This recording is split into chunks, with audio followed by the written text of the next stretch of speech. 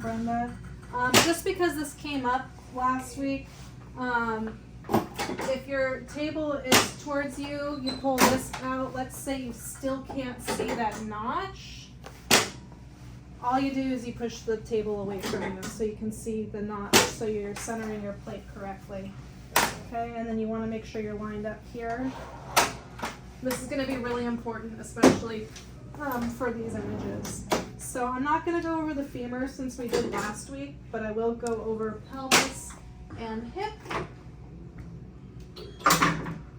Okay, and you can use the distance on here since it's detented to the bucky. And then I like to make sure this tube and the bucky are lined up, and now you don't need to touch it again, okay? Yeah, so get this lined up and then don't even think about it anymore. Brenda, do you mind if I feel for your hip? Okay, so I'm gonna feel for Brenda's iliac crest. That's gonna be the top part of the cassette, and you're gonna wanna go slightly above it to make sure that you get the full wings of your iliac crest, okay? You're going to want to make sure you go to the top of the table, that you're centered to your patient's body. I'm a little off-center, so I'm going to move Brenda over just a little bit. I'm also going to have Brenda point her toes together like a pigeon toe, heels out. And then my marker, I don't like putting markers on my patient's hip. Number one, it can get in the way of the anatomy if you put it directly on top. Number two, for some people, it's curved, it kind of falls off the side. So it looks messy for the doctor. So what I do is I always put it under my patient, and I let them know I'm just putting my marker under you, okay? I always struggle with where to put mine, for these particularly. Yeah. So I always put it under the patient, and it will show up. And you put it like, how do you make sure it's not in like any bony anatomy? You just don't shove it in there too deep. Okay. You just keep it towards the edge of your patient. Okay. And you can always turn it too, because you just want to see at least part of your marker. Yeah. So even if you clipped your initials but got the R or in there, then you're fine. Okay. So this would be your AP pelvis, and your cassette is going to be landscape. I don't recommend collimating unless your patient's really small. So let me show you what it would look like, okay? Let's say I'm centered for the pelvis. Brenda, do you mind moving away from me a little bit? Thank you. Let's say I'm centered for the pelvis, but there's all this light to the outside. In this case, I would want you to collimate so that there's just a little bit of border to the outside of your patient, okay? Actually, right here is really good, and then you can just stick your marker in the light. Okay, and that's only if your patient's really small. Most people have wider hips that are adults. So you're going to want to open it up all the way. Okay? And it's okay if you don't see the light. Everyone's pelvis is, going to fit on your plate. Yeah, that was the other thing. Sometimes I feel like I want to move the tube up to like get more, but you can't usually do that because it's like detented or whatever. Yeah, and it won't expose in some machines. Yeah, but the rest is usually just like... Yeah, there's a lot of soft, extra soft tissue on most people. Right. And that's okay if you clip the soft tissue. That's not really what the focus is for here. Right. We're looking more for fractures, bony anatomy. It's not like the abdomen where you need to see all of the bowel. The only time that you would need to make sure that you're showing soft tissue is if there's a foreign body that the doctor wants to look at. Then they might want to see, like let's say Brenda sat on a needle. Yeah. And now they want to see how deep the needle is in. Right. Then you would want to see the soft tissue. Okay. But I personally have never come across it.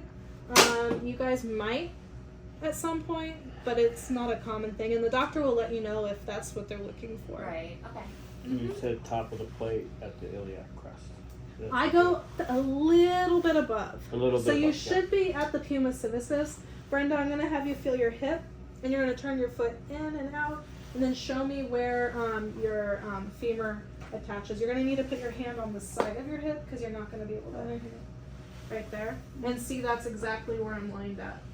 and that's where the pubis symphysis is also where you feel the femur articulating with the hip. Okay. For the practicum, if you want the patient to do it and you give them directions, that's fine. But if you guys are going to feel your patient, that's fine too, because obviously when you guys are in the real world, you might need to do that because the patient might have no idea what the heck you're talking about.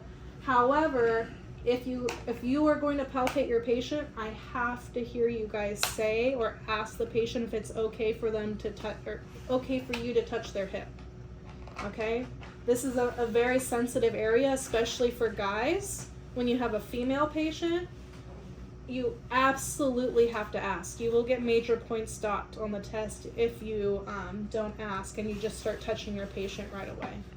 Okay? I have a question. Yes. So what if the patient is fluffy and they don't know where the hip bone is? How would you position the x-ray light?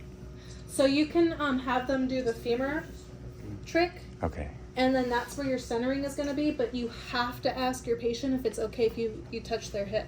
Okay. And then after you have your palm, so you would have your palm right here, and then you would ask your patient to move their foot. And as fluffy as they are, you should be able to feel that articulation, even if you can't feel the crest. So between the two areas to palpate, you should be able to figure it out, even if they're a bigger patient. Are you allowed That to is ask challenging. the patient, like, could you show me, like, where your hips are? I feel like that's a weird question to ask because it sounds like you're asking them to show you, like, where to take the x-ray. Like, you're like, show me where I'm going. No, it's okay, But- and because especially for men, Right. it's a much stickier situation. I know that women can be in the situation Yeah. too. It's just not as common as it is for Well, I men. understand. So a lot of men will just ask women to feel for their hips. You just say, like, could you, point out your hip for me? I said put your hand on your hip. Oh, okay. Yeah, that's better. Instead of saying, So- like, can you show me where? Because it's like, it makes it sound like you're just dumb. Right, yeah, you can always tell them to put their hand on the hip. Okay. The only issue with that is some people don't know their body. Right. And so because they're bigger and Mhm. fluffier, they might stick their hands up here because that's just where the indentation Yeah. is. And it's not really where their Right. hips are. Right. So you just have to be careful about that. Right. So if you want to check with your patient, then you can just put your hand to the side of the hip Okay. and have them move their foot back and forth. And I used to work at a bariatric center, and that always worked for me. Okay. And bariatric is patients that are morbidly obese. Mm-hmm. Oh, okay. I've never tried that method, actually. Uh-huh. It's not, I don't know if techs just forget while they're in school or they just don't want to deal with asking. I'm not really sure why, Yeah. but I'll ask a patient.